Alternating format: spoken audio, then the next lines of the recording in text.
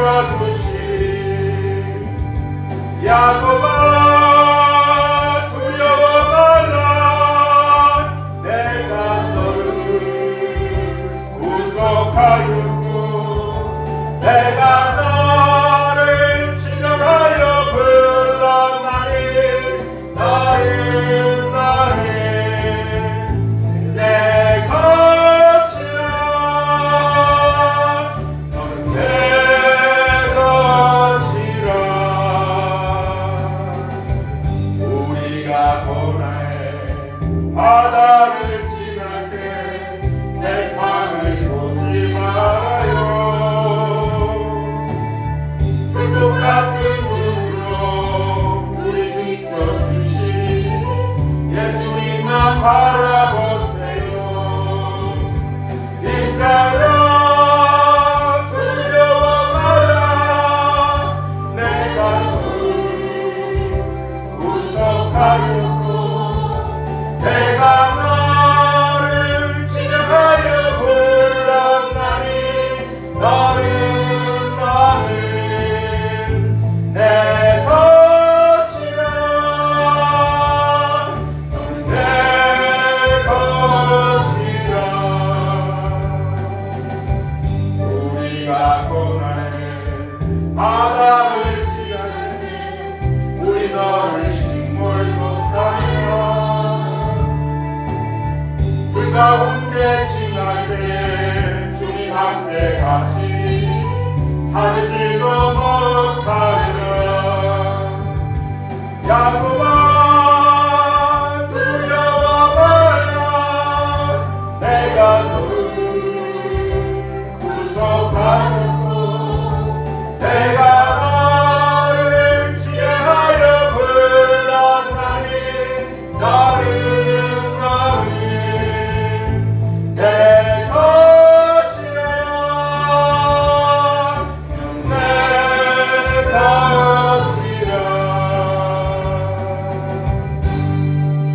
것이라 43장 중심으로 하나님의 사랑의 편지 이런 제목으로 함께 말씀을 나누려고 합니다.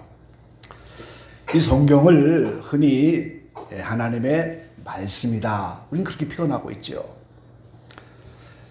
이 하나님이 아닌 이 사람의 말 속에도 그 말 속에 그 사람의 인격이 들어가 있는 거예요. 그 사람의 사상이 다 말 속에 있습니다. 그 말 속에 그 사람의 사랑과 감정과 그 사람의 의지와 그 사람의 뜻과 계획이 전부 말 속에 있어요. 그러니까 대화를 해보면 상대방을 알 수가 있는 거예요. 마태복음 12장 34절로 35절에 주님이 직접 말씀하시면서 독사의 자식들아 너희는 악하니 어떻게 선한 말을 할 수 있느냐 이는 마음에 가득한 것을 입으로 말함이라 선한 사람은 그 쌓은 선에서 선한 것을 내고 악한 사람은 그 쌓은 악에서 악한 것을 내느니라. 이 그동안에 내 인생에 살아온 인격과 내가 쌓아놓은 그대로 그게 다 말로 나온다는 거예요. 선한 사람은 선한 말이 나오고 악한 사람은 악을 쌓았기 때문에 악이 나올 수밖에 없어요. 그 말에서. 그래서 이어서 36절 37절에 보면은 내가 너희에게 이르노니 사람이 무슨 무익한 말을 하든지 심판날에 이에 대하여 신문을 받으리니 내 말로 의롭다함을 받고 내 말로 정죄함을 받으리라 그랬어요. 그러니까 이 모든 우리의 말이 그게 우리의 인격이고 우리의 생각이고 우리의 사랑이고 감정이고 우리의 의지고 이 말 속에 다 들어있는 거기 때문에 그 말로 심판날에 심판을 받는다는 거예요. 이렇게 인생의 말도 그 속에 모든 것이 포함되어 있는데 성경이 하나님의 말씀이라고 한다면 하나님이 이 영으로 계신 그분이 우리에게 주신 이 말씀을 통하여 하나님 자신의 뜻을 알려주시고 하나님 자신이 누구인가를 우리에게 알려주시고 그분의 생각을 알려주시고 그분의 계획을 알려주시고 그분의 사랑과 미움과 이 모든 하나님에 대해서 것을 전부 이 하나님의 말씀으로 우리에게 표현을 해주고 있는 거예요. 이런 의미를 가지고 보면서 성경이 하나님의 사랑의 편지다 하는 거죠. 아담이 독초하는 것이 좋지 못하여 이제 그 안에 하와를 만들어내는 것처럼 그 아담은 오실 자의 표상이라고 지난주에 배웠잖아요. 우리가 하나님이 장차 그리스도로 오시는 겁니다. 그 아담이 오실 자의 표상인데 하나님이 홀로 계셔도 영광 받으시는 분이지만 배필인 교회를 만들고 구원받는 성도들을 만드시는 거예요 지금. 그래서 그 교회와 모든 성도를 향해서 하나님이 내가 너희를 사랑하고 너희에 대한 계획이 이렇고 내가 이렇게 하겠다고 하는 모든 것을 전부 말씀을 통해서 우리에게 보내주시고 있어요. 그런 의미를 가지고 볼 때 우리가 성경이 사랑의 편지다 하는 사실인 겁니다. 또 한 가지 그분은 영을 가지고 계시고 우리는 육체를 가진 존재이기 때문에 우리가 영적인 존재로 변화되어서 영으로 계신 하나님을 남편으로 만나는 그 자리까지 그 모든 만나는 과정과 방법들을 전부 우리에게 알려주신 것이 오늘 이 성경이라고 하는 거예요. 그래서 우리가 어떻게 하면 그분 앞에 나갈 수가 있고 우리가 어떻게 되면 구속이 완성이 되고 어떻게 하면 그분의 사랑을 알 수가 있고 그래서 이 성경을 통하여 하나님이 사랑의 대상인 우리에게 그분의 사랑을 고백한 내용이고 또 우리가 어떻게 그곳에 가는지 그걸 알려주신 내용이 성경이라고 하는 거예요. 오늘 특별히 이사야 40장에서 43장은 하나님의 사랑과 위로와 그분의 의도를 잘 살필 수 있는 그런 말씀입니다. 우리 이사야 40장 본문 앞에서 2절부터 말씀을 보면은 그렇게 말씀하셨어요. 너희는 정다이 예루살렘에 말하며 그것에게 외쳐 고하라. 그 복역의 때가 끝났고 그 죄악의 사함을 입었느니라. 그 모든 죄를 인하여 여호와의 손에서 배나 받았느니라 할지니라 그랬어요. 지금 바벨론 포로 생활이 끝났어요. 하나님이 사랑하는 민족 선민 이스라엘이기 때문에 하나님의 명령을 따르지 않을 때 바벨론 심판을 통하여 하나님이 그 이스라엘을 쳤지만 그래도 여전히 너희를 내가 사랑하고 너희는 내 것이 되고 그래도 여전히 너희들을 위로하기 원하고 그래서 이사야 40장에서부터 43장까지 하나님은 사랑의 말을 하고 있고 위로의 말을 하고 있는 거예요 지금. 때에 따라 매를 맞고 때에 따라 징계를 당하고 때에 따라 시련을 겪고 연단을 받지만 여전히 우리를 사랑하시는 그분의 편지가 오늘 이사야 40장에서 43장까지 말씀하고 있는 거예요. 그래서 오늘 본문을 통해서 우리를 사랑하시는 그의 고백을 여러분이 들으시기 바랍니다. 하나님이 나에게 이렇게 사랑의 고백을 하시는구나. 그래서 거기에 위로받고 우리도 그 사랑을 고백하면서 그 사랑 안에서 그분을 만나는 그때까지 말씀을 중심으로 찾아가는 은혜의 역사가 우리에게 있게 되기를 간절히 바랍니다. 첫 번째는 오늘 1절 말씀에 너는 내 것이다 그렇게 말씀하셨어요. 야곱아 너를 창조하신 여호와께서 이제 말씀하시느니라. 이스라엘아 너를 조성하신 자가 이제 말씀하시느니라. 너는 두려워 말라. 내가 너를 구속하였고 내가 너를 지명하여 불렀나니 너는 내 것이라. 그렇게. 여기 이제 하나님이 모든 만물을 창조하신 분인데 그분이 야곱을 창조하시고 이스라엘을 조성하셨다 그렇게 말씀하셨어요. 창조나 조성이나 이제 같은 말이죠. 이 창조는 두 가지의 의미가 있는 겁니다. 아무것도 없는 곳에서 무엇인가를 만들어내는 것도 창조예요. 그러니까 하나님이 이 만물을 창조하시고 인생을 창조하셨죠. 근데 더 나가서 있는 것을 가지고 또 다른 걸 만들어내는 것도 그것도 창조라고 하는 거예요. 우리가 그걸 조성이라고도 하는 거예요. 자, 우리가 이제 이 부천에는 공원 조성을 많이 하는 그런 도시인데 이 부천에 공원이 얼마나 많아요. 그럼 여기다 공원을 조성하겠다. 그러면 거기에 있는 땅에다가 그걸 개간하고 그곳에 이제 공원을 만들고 거기다가 있는 나무 갖다 심으면서 그걸 꾸미는 거잖아요, 지금. 그걸 조성이라고 하는 거예요. 그러니까 하나님이 야곱이라고 하는 인생이 있지만 이미 있는 그것을 새롭게 변해서 이스라엘로 만들면서 새롭게 꾸미는 거. 그것도 조성이고 그것도 창조다 이 말이에요, 지금. 없는 가운데서 있게 만드는 것도 창조지만 오늘 이사야의 이 말씀은 있는 것을 가지고 변화시켜서 새롭게 꾸미는 거예요. 이걸 조성이라고 하고 우리가 이거를 창조라고 하는 거예요. 그래서 하나님이 왜 우리를 구속하시고 왜 부르시고 우리를 왜 새롭게 조성하려고 하느냐? 너는 내 것이기 때문에, 하나님의 소유이기 때문에 우리를 변화시켜주고 우리를 하나님 나라에 앉히기 위해서 우리를 새롭게 조성해 주겠다는 거예요. 하나님의 것이기 때문에 그런 거예요. 출애굽기 19장 5절로 6절의 말씀을 보면은 일찍이 하나님이 이스라엘 백성을 부르셔서 시내산에서 처음으로 율법을 이면서 말씀을 주시는 첫 언약을 할 때 주님이 오늘 19장 5절 6절에 모세에게 말씀하셨어요. 세계가 다 내게 속하였나니 너희가 내 말을 잘 듣고 내 언약을 지키면 너희는 열국 중에서 내 소유가 되겠고 너희가 내게 대하여 제사장 나라가 되며 거룩한 백성이 되리라. 너는 이 말씀을 이스라엘 자손에게 고할지니라. 하나님이 첫 언약이라고 하는 율법을 주시기 전에 먼저 모세를 통해서 알아보라는 거예요. 네 백성이 말씀을 지킬 거냐? 너희가 말씀을 잘 지키고 언약을 지키면 내 소유가 되고 너희는 제사장 나라가 되고 너희는 거룩한 백성이 될 것이다.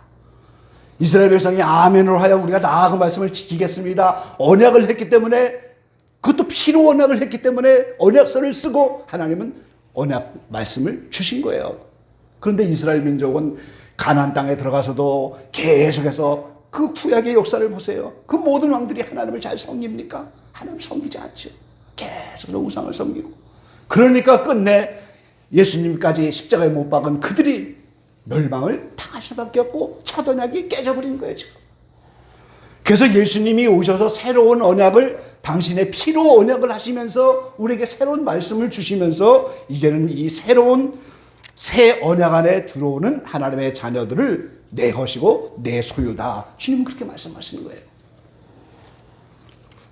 그래서 베드로전서 2장에 말씀하셨죠. 2장 9절에 보면은 오직 너희는 택하신 족속이요 왕같은 제사장들이요 거룩한 나라요 그의 소유된 백성이니. 이게 이스라엘에게 주었던 약속이에요.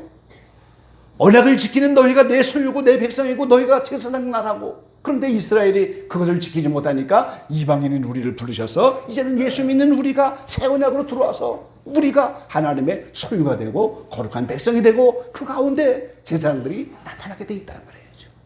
그래서 오늘 저와 여러분은 하나님이 너희는 내 것이다. 하나님의 소유고 하나님의 것이기 때문에 우리를 부르시고 우리를 새롭게 야곱을 이스라엘 만드는 것처럼 우리를 새롭게 조성하시는 거예요. 지금. 하나님의 것이기 때문에 그런 겁니다.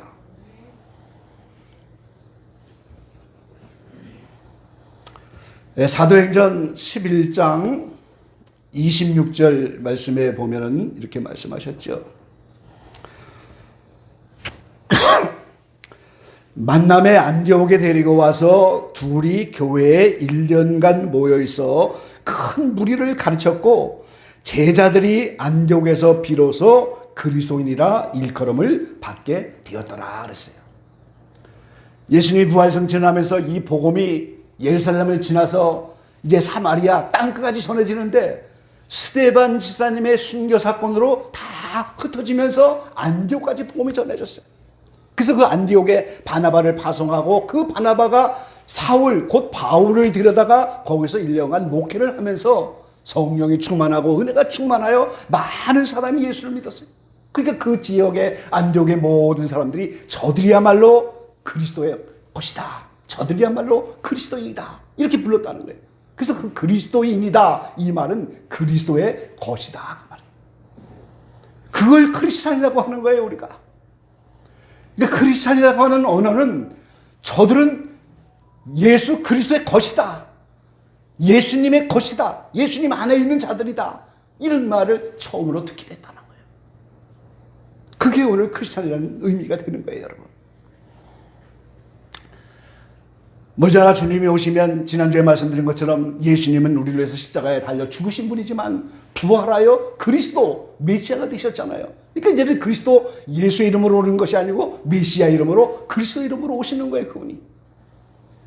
그래서 그 메시아 나라에 우리가 들어갈 터인데 오늘 정말 그 들어가는 자들이 누구예요? 크리스찬이 되어야 되는 거예요. 너희가 내 것이다. 내 안에 우리가 죽고 우리 안에 새로운 인격의 사람이 예수님 안에 있는 그리스도인이 돼야 오늘 우리가 하나님 나라에 들어가게 되는 겁니다, 여러분.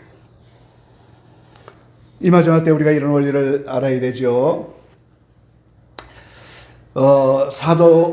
이사야 오늘 40장 위로의 말씀 가운데 10절 말씀에 보면 이렇게 말씀하셨어요.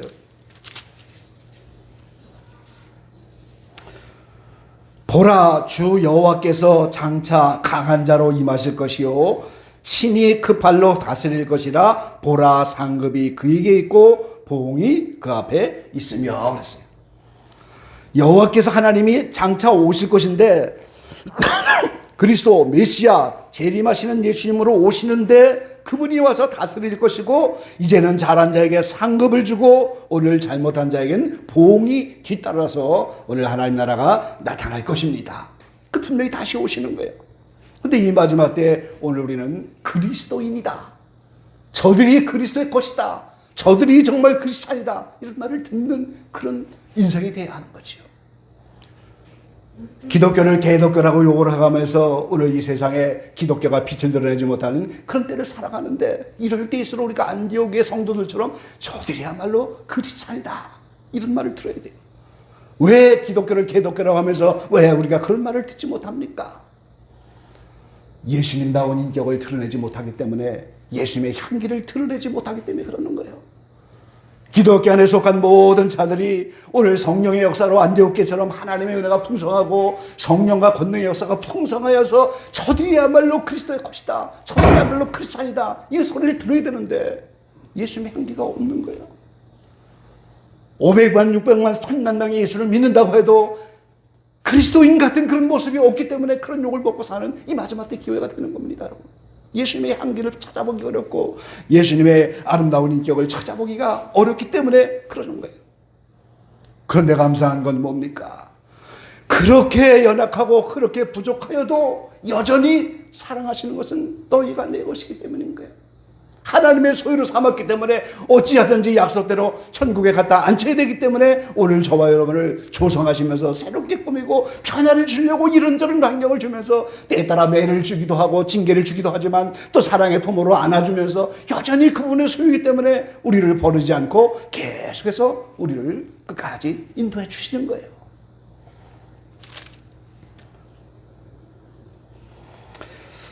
이사야 41장 위로의 말씀 가운데 8절 9절에 그렇게 말씀하셨어요.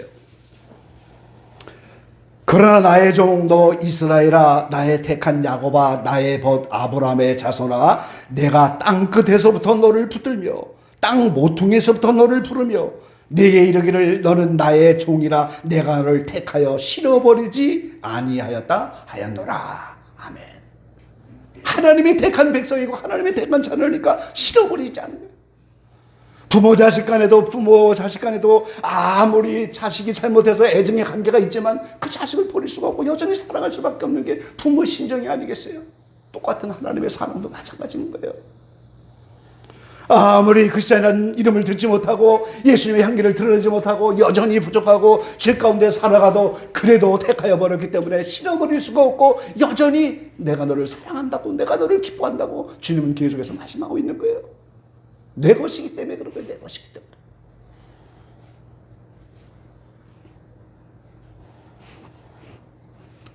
심지어 43장 4절에는 그렇게 표현하고 계셔요. 내가 너를 보배롭고 존귀하게 여기고 너를 사랑하였은즉 내가 사람들을 주어 너를 바꾸며 백성들로 내 생명을 대신하리니 그랬어요.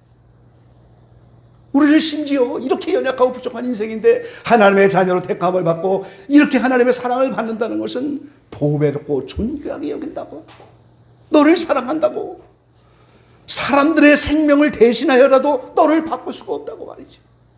이렇게 귀한 존재로 우리를 여기면서 그렇게 사랑을 계속 주시는 것이 그분의 택하시고 구속하시고 우리를 내 것이라고 그렇게 하셨기 때문에 하는 거예요. 하나님께 감사하시기 바랍니다, 여러분. 어떤 환경에서도 하나님의 위로가 있기를 바랍니다. 여러분도 나도 주님을 그렇게 사랑한다고 그 사랑을 고백하시기 바랍니다.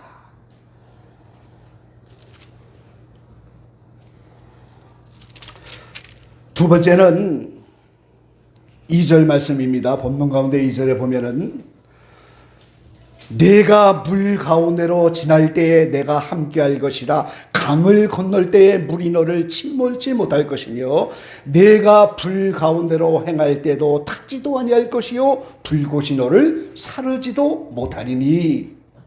하나님이 우리를 지켜주시는데 물 가운데 불 가운데 어떤 환경이든지 지켜주시겠다는 거예요. 그래서 이 물과 불은 하나님의 심판의 모든 재료를 한꺼번에 말하고 있는 거예요. 우리 베드로후서 2장 5절 말씀 함께 보겠습니다.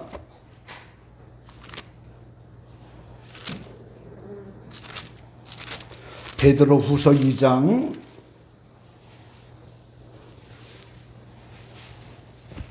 5절 말씀,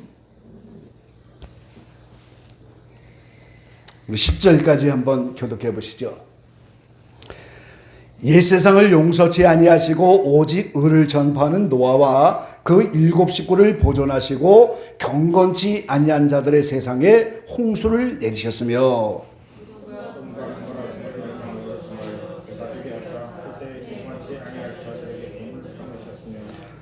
무번자의 음란한 행실을 인하여 고통하는 의로운 롯을 건지셨으니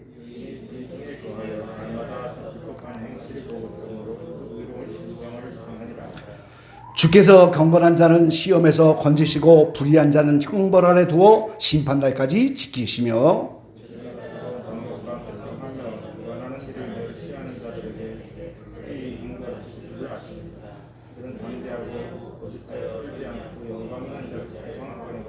아멘. 소돔 고모라를 하나님이 멸하시고 노아의 때 물로 심판하여 멸하셨는데 6절 하반절에 보면은 후세에 경건치 아니한 자들에게 본을 삼으셨으며 그랬어요. 그 노아의 홍수는 물로 심판하는 샘플, 본이 된 거고 소돔 고모라는 불로 심판하는 샘플이 됐다는 거예요. 이게 경건치 않은 자들이 받게 되는 심판이라는 거예요. 그럼 오늘 믿는 경건한 자들은 어떻게 됩니까? 물심판을 뛰어넘어야 되고 불심판을 뛰어넘어야 돼요.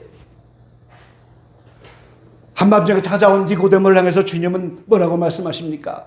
물과 성령으로 거듭나지 않으면 하나님 나라를 볼 수도 없고 들어갈 수도 없느니라 이렇게 말씀하세요. 근데 세례 요한은 또 뭐라고 말씀하세요? 나는 너희에게 물로 세례를 주지만 내 뒤에 오시는 예수님, 그분은 너희에게 성령 세례를 줄 건데 그거를 불세례라고 말씀하고 있잖아요.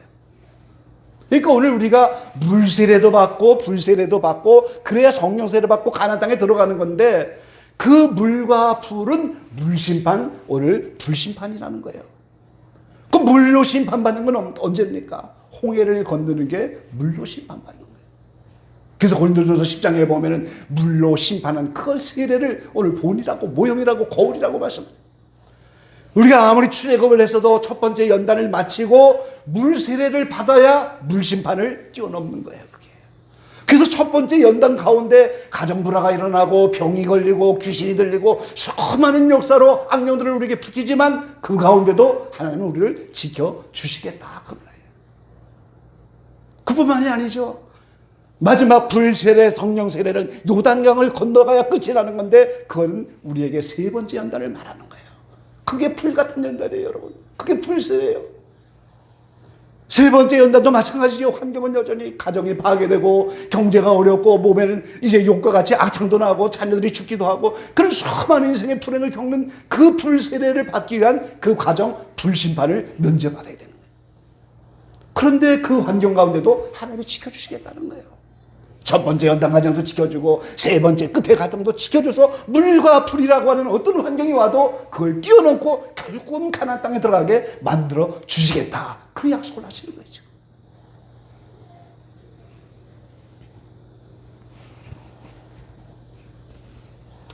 이사야 41장 오늘 위로의 말씀 가운데 오늘 10절 말씀 보겠습니다.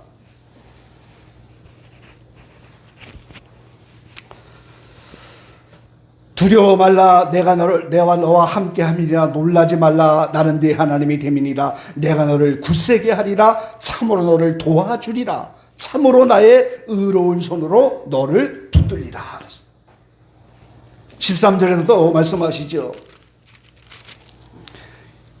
이는 나 여호와 너의 하나님이 내 오른손을 붙들고 내게 이르기를 두려워 말라 내가 너를 도우리라 할 것임이나.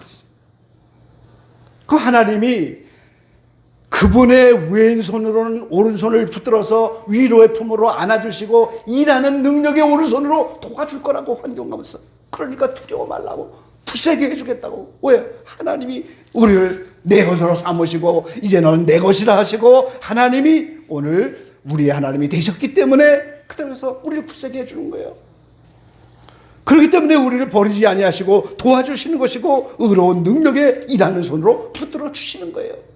이걸 우리가 믿음으로 믿고 이 강야를 지나가면서 어떤 환경이든지 굴하지 않고 그분을 의지하며 그분 앞에 우리가 나가는 것입니다. 여러분, 우리 환경 가운데 불가운데 어떤 환경이 와도 그분이 지키시는 것을 여러분 믿으시기 바랍니다. 오늘 43장 본문 가운데도 5절에 또 말씀하시죠. 두려워 말라 내가 너와 함께하여 내 자손을 동방에서부터 오게 하며 서방에서부터 너를 모을 것이며. 이거는 실제 대환란 때 이스라엘 민족을 그렇게 부르겠다고 하는 거지요. 그럼 그 속에 이방인인 우리도 휴거되지 못하면 함께 들어가서 그렇게 환란을 지날 터인데 그때도 두려워 말라 내가 너와 함께 한다고 오늘 또 약속을 해주시고 있어요. 우리를 사랑하시는 그분이 우리가 어떤 환경이 온다 할지라도 그분의 의도를 잘 깨달으면서 그분이 내 것이라고 이렇게 삼아줬기 때문에 사랑하는 거고, 그분이 그걸 감당하여 조성하여 새롭게 변화시켜 주려고 오늘 우리에게 물부리는 환경을 주지만 그걸 지키고 감당할 만큼 하시기 때문에 우리는 그것을 싸워 이겨나가는 거예요. 그걸 우리가 믿음으로 받아야 하는 거예요. 세 번째는요, 새 힘을 주신다고 오늘 위로의 말씀 가운데 말씀하셨는데 40장 27절 말씀부터입니다. 27절에서 오늘 31절까지 한번 교독해 보시죠. 야곱아 내가 어찌하여 말하며 이스라엘아 내가 어찌하여 이르기를 내 사정은 여호와께 숨겨졌으며 원통한 것은 내 하나님께서 수리하심을 받지 못한다 하느냐.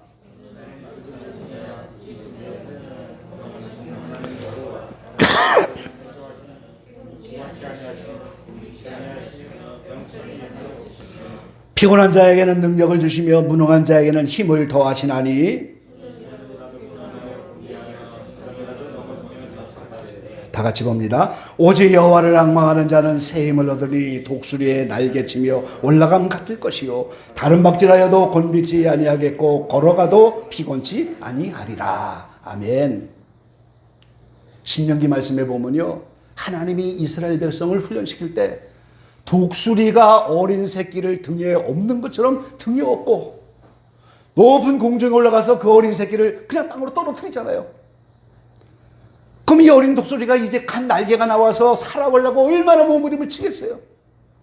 그래서 땅에 떨어질 만하면 그 어미 독수리가 그걸 받아내고 또다시 공중에 올라서 뚝 떨어뜨리고 몇 번을 반복하는 가운데 어린 독수리는 본능적으로 살려고 몸부림 치다가 날개질을 하면서 이제는 커가는 거예요. 이스라엘을 그렇게 인도했다고. 3번 영적 싸움이 있으니까 아마 3번 떨어졌겠죠.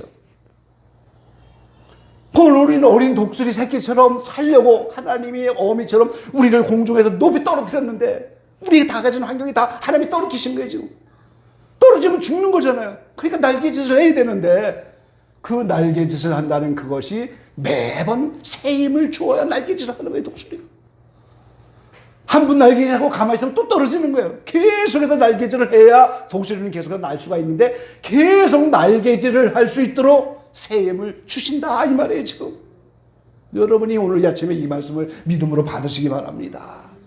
그 어린 새끼를 죽이는 게 목적이 아니고 날개가 돋쳐서 날아가게 하는 게 목적인 거예요. 지금 사자도 마찬가지잖아요. 지금 동물 중에 사자는 자기 새끼를 어떻게 합니까? 철벽에서 떠오르켜요. 살아 올라오는 새끼만 사자의 왕이 되고 오늘 맹수의 왕이 되는 거예요. 지금 그 독수리도 마찬가지예요. 독수리가 공중의 왕인데 그 어린 새끼를 그렇게 키우는 거예요. 지금 그러니까 오늘 종종 우리는 하나님이 뚝 떨어켜요. 공중에. 그럼 어떻게 해야 돼요? 살아보려고 기도의 날개질을 하는 것이고 살아보려고 말씀의 날개질을 하는 것이고 살아보려고 영적으로 몸부림을 치는 거예요. 우리가 몸부림을 치는 거예요. 살아보려고. 그럼 그러면 안 되면 죽는 거죠. 절벽에 떨어져 죽는 거예요. 그런데 오늘 하나님이 너의 원통한 사정을 내가 왜 알지 못하겠느냐? 우리 권사님, 하나님이 그 원통한 사정을 모른다고 생각하시나요? 하나님은 아시는 거예요.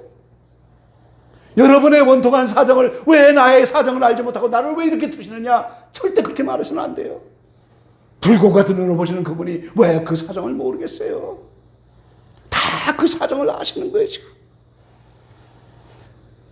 땅끝까지 창조하신 그분은 피곤치도 않냐고, 곤비치도 않냐고, 명철이 한이 없는 그분이신데 왜 피곤한 자에게 능력을 못 주시고 왜 무능한 자에게 힘을 더하지 못하겠어요? 소년이라도 피곤하고 곤비하고 장정이라도 넘어지고 자빠지지만 여호와를 앙망하지 못하니까 새 힘을 얻지 못하는 거예요. 여러분, 앙망하는 게 뭐예요 지금? 그분이 나의 창조주고 그분이 나의 하나님이고 그분이 나의 도움이라면 그분을 바라보면서 그분이 나를 어떻게 도우실 것인가, 나에게 무슨 좋은 것을 줄 것인가, 그분을 바라보면서 기대하는 거예요. 그걸 앙망이라고 하는 거예요, 우리가 지금. 그분을 앙망하지 못하니까 새 힘을 얻지 못하고 떨어져 내려가는 거예요. 떨어져 내려가는 거예요. 그러니까 계속해서 그분을 앙망하면서 말씀과 기도에 몸부림을 치면은 계속 새 힘, 어떤 환경에도 새 힘을 줘서 결국 목적은 뭐예요? 날개를 달아라. 날아가라는 거예요. 그 날개가 완성이 되면 휴가 되는 거예요, 여러분. 마지막입니다. 시간이 없기 때문에 42장 23절 말씀 보겠습니다. 위로의 말씀 가운데 42장 23절 다 같이 한번 읽어보시죠. 너희 중에 누가 이 일에 귀를 기울이겠느냐? 누가 장례사를 삼가 듣겠느냐? 하나님의 사랑의 이 대상인 우리는 계속해서 장례사에 귀를 기울여야 되는 거예요. 지금. 그분이 우리를 사랑의 대상으로 삼으셔서 우리를 그분 앞에 앉히고 그분의 배필로 삼았다면 그분의 앞에 서야 되는데 이 장례사가 어떻게 될 것인가 귀를 기울여야 되지 않겠어요? 당연히. 특별히 이 마지막 시대는 더욱 그런 시대를 우리가 살아가잖아요, 지금. 주님이 너희는 내 것이라고 이렇게 사랑으로 고백했다고 우리는 위로받는 걸 끝나는 것이 아니고 그분이 오라는 그것으로 가서 그 천국의 백성이 되고 그 완성이 이루어져야 되는데 그걸 이루기 위해서는 장례사에 귀를 기울여야 한다는 거예요. 그분이 하신 일을 날마다 보아야 돼요, 우리가. 그분의 말씀에 귀를 기울여야 되는 거예요. 특별히 이 시대는 말이죠. 얼마나 악령들이 난무하고 속이고 거짓, 이거 얼마나 많아요, 오늘. 41장, 이사야 41장 21절에서 24절까지입니다.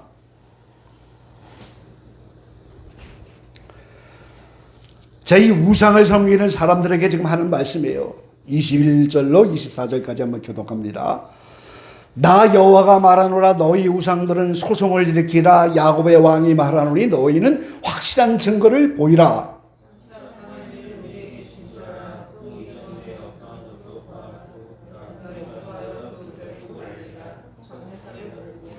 후레사를 진술하라. 너희의 신됨을 우리가 알리라. 또 복을 내리든지 화를 내리라. 우리가 함께 보고 놀라리라.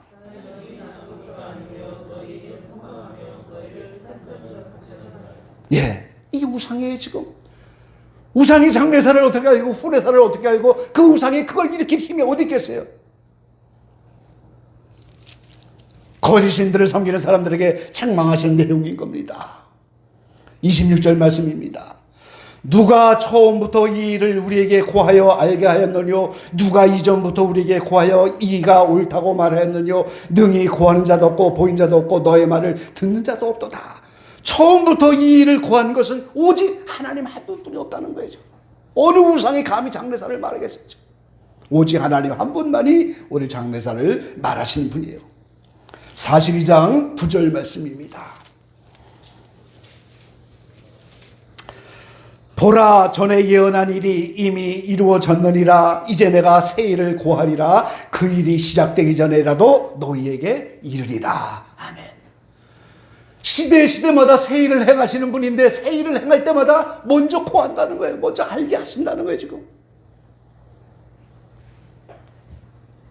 몇 번 말씀하잖아요. 하나님이 결코 알리지 않고는 행하심이 없다고 아모스에도 말씀하시고, 새 일을 행할 때마다 하나님이 그 일을 알려주시는 거예요. 지금 20절 말씀입니다. 42장 20절.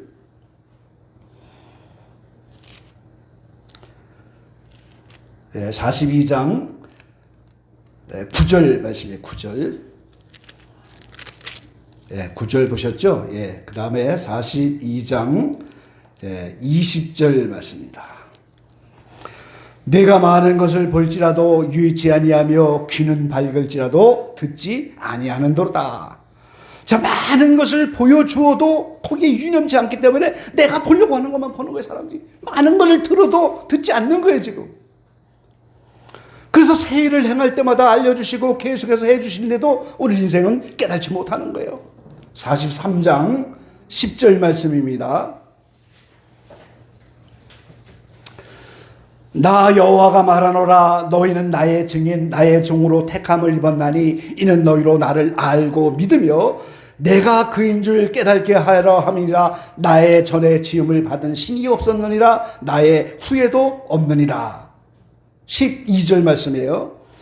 내가 고하였으며 구원하였으며 보였고 너희 중에 다른 신이 없었나니 그러므로 너희는 나의 증인이요 나는 하나님이라 여호와의 말이니라. 아멘. 여러분, 우리를 다 증인으로 삼으라고 주님은 다 나가서 땅까지 증인되라고 하잖아요. 지금 그 증인은 있는 걸 그대로 보고 깨달은 사실을 가지고 하는 거잖아요. 지금 그 초대교회부터 되어진 일을 보고 하는데 마지막 때도 장래사를 알려주고 하나님이 깨달게 하신 그 하나님의 비전과 이상을 본 그대로 전하는 그 증인이에요.